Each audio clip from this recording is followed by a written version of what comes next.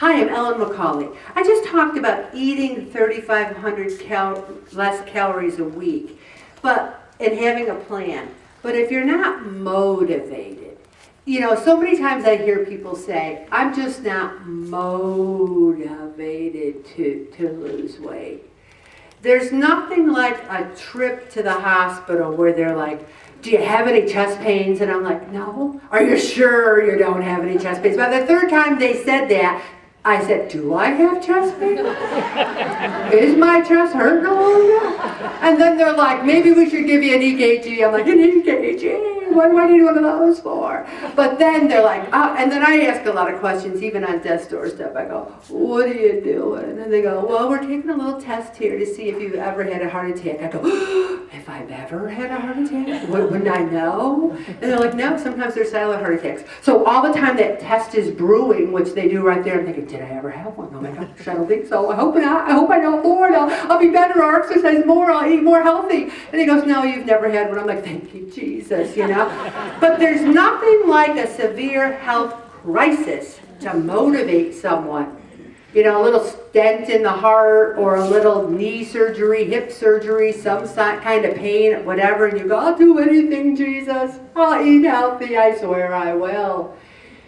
What do we need to stay motivated to lose weight?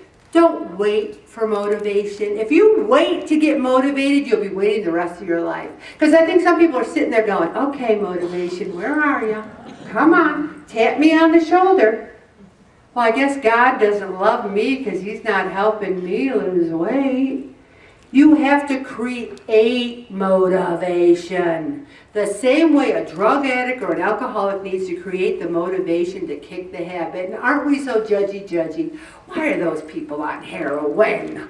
Why don't they just quit? They're ruining their families. They're ruining their life. Those heroin addicts, why are they on heroin? That's ridiculous. Well, don't we have our own heroin? Don't we have our own candy, cookies, cakes, pizza, alcohol, whatever it is? That's our nicey nice version of heroin. We don't want to wait. We have to say, I'm serious, I'm going to do this, I'm going to get fit right now. And this article says, right now, get up and march in place for 30 seconds. I'd have this group do it, but I'm afraid a few of you might keel over. So I'm going to have you do it at home. But you get up, you march in place for 30 seconds, the next day you march in place for a minute, and pretty soon you're just marching in place, and that's my exercise du jour. I love marching in place. And if you can't stand up, one person, they have bad knees, they've been doing the arms, the weights. There's something in your body you can move, and I say move it. Here's something surprising. Do a contract with yourself. There's nothing like this. It's called a pen. I don't go anywhere without it. There's sheets of paper. You can go, I, Ellen McCauley, don't say Ellen McCauley if that's not your name, but just say, I, blah, blah, will by June 8th weigh 10 pounds less, come H or HW. Then you write that and you sign it. You get a witness. You get a notary. I'm a notary. I'll notarize it for you. I'm really not. I'm kidding. I'm not a notary. Also, you chart your progress. I gave everyone a chart in the very first packet. Did anyone see that chart I gave you? Yeah. Has anyone actually taken one of these instruments? And people have? Yes. And you make a contract, you chart it, you see how you're doing I touched my mouth, I didn't mean to do that. Also, you visit your doctor and get a full physical exam. There's nothing wrong with that. Most insurances cover it every week. You could have something, they did every test under the sun on me, and thank God, besides that virus, I'm in perfect shape. Praise you, Jesus. Thank you. Keep a journal. I keep a journal every day. I write a little bit in it, and I'm always saying, it's a 5-year journal. And you write a little paragraph every day, and I'm always saying to Bob, guess what happened last year? Guess what happened the year before on this date? It's fun, it's interesting. Also, exercise first thing in the morning. You can't procrastinate what you've already finished. I love that. Let me say it again. You can't procrastinate what you've already done. If you get up and you exercise, you're done. You can go through the rest of the day going, I exercised. I already did it. Whew.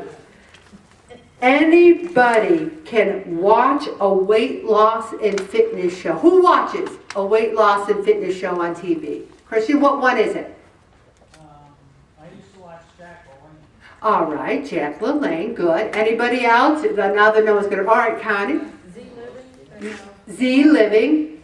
They have all kinds of, Anyone here have a DVR? A DVR where you tape things, you know, you press the button. Who's got one? Raise your hand. All right. You can tape exercise shows, and then you can do them first thing in the morning. And focus on little goals, little victories. Like, all right, I want to lose 20 pounds a week, but I'm going to be happy if I lose 1 pound by next week. You lose 1 pound and you go, yay for me. God doesn't care if we say yay for us. You can give him some credit. Thank you, Jesus, for helping me, but yay for me. Little goals. And how many times have I ever said to you guys, just do something. Just do something. Whether it's try a new recipe, say a new prayer, exercise, and work towards fitness goals. And here's what's interesting. Some people in the group have no fitness goals. None. What if you have one like, okay, right now I have no fitness goals, but I want to take that stretchy band that Ellen gave me for free in session 18, and I want to stretchy that stretchy band 20 times a day. What is that? That's a fitness goal. And every day you go stretchy, stretchy, stretchy, stretchy, and then you make a little note on your log, did stretchy band 20 times. It's a fitness goal. You do it. And then after a week when you didn't keel and you said, oh my God, I had a fitness goal and I did it, then the next week you go, well, maybe I'll do my stretchy band 30 times. But you have to have a goal in order to have something done. Goals. Draw a picture of yourself. That's very interesting. You know, draw a picture of yourself, you know. Or the funny part is, you ever have someone draw a picture of you, like one of your grandchildren or one of your kids, you know, and then you look at it. Like, we had this one friend of Vincent come to visit for Thanksgiving 2 years ago. And as a gift, a thank you gift, she drew a picture of us and gave it as a thank you gift. And we were all like, oh, it's so great, thank you so much. And after she left, I went, I look awful. I mean, she must have weighed 80 pounds. You know, she's a beautiful Asian girl. But here I had worked all this time trying to lose weight, and my body was like this big in the picture. I looked like I was like a cast off from The Biggest Loser. But anyway, have someone else draw your picture. Take before and after pictures. If anyone forgets what they look like on day one of Pray It Off, you don't have to, because I have it right here in the book. I'll show you. You saw my before picture on December 8th. Also read your labels. I cannot say, I don't touch a thing. I had a sore throat, and I'm looking at the cough drops, you know, and I'm going, huh, what's that? What's this? Well, I mean, I didn't want to buy cough drops without reading the labels. And then lie to yourself. I love this. This is a Catholic lie that God forgives automatically, and you don't even have to go to confession. You say things like this. Yeah, I'm a really athletic person. Yeah. I love exercise. If I don't exercise every single day, I'm not complete. I'm not whole.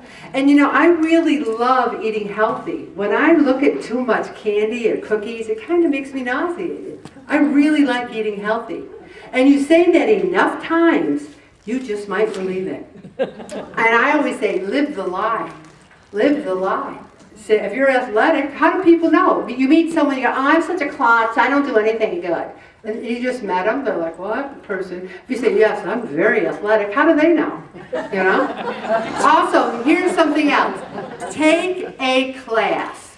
West Genesee has classes. Solvay has classes. They're low cost. Many are free. I'm going to be bringing in a book soon that has free classes. Bob and I did dance classes forever. We loved it. Tell people you're trying to lose weight or be healthy. And believe me, that'll get you going, because they'll be all over you. Oh, what are you eating that for? I thought you were trying to be healthy. Tell people. Join the support group. Put check by that, because we're in one. Check. Only do hobbies when exercising. I love this. You march in place, you got your Kindle, you march, page, march, page. I love reading my Kindle when I'm marching in place. Reward yourself with new clothes. I did that also. It's fun, it's great. Avoid people who discourage you, especially if that person is yourself. How many of you discourage yourselves? More than I'd like to say. Weigh yourself weekly, not every 5 minutes. It's not step aerobics. It's 9 o'clock, I wonder what I weigh. Oh, it's noon, I wonder what I weigh. Oh, it's 3 o'clock, what do I weigh at 3 o'clock? Weigh yourself once a week. That's all that matters. Make plans to see your old friends in 1 year. I have my 45th high school reunion in August, and I can't wait. Promise yourself something big, a trip to Acapulco, something fun. I'm going to stop right there, Bobby.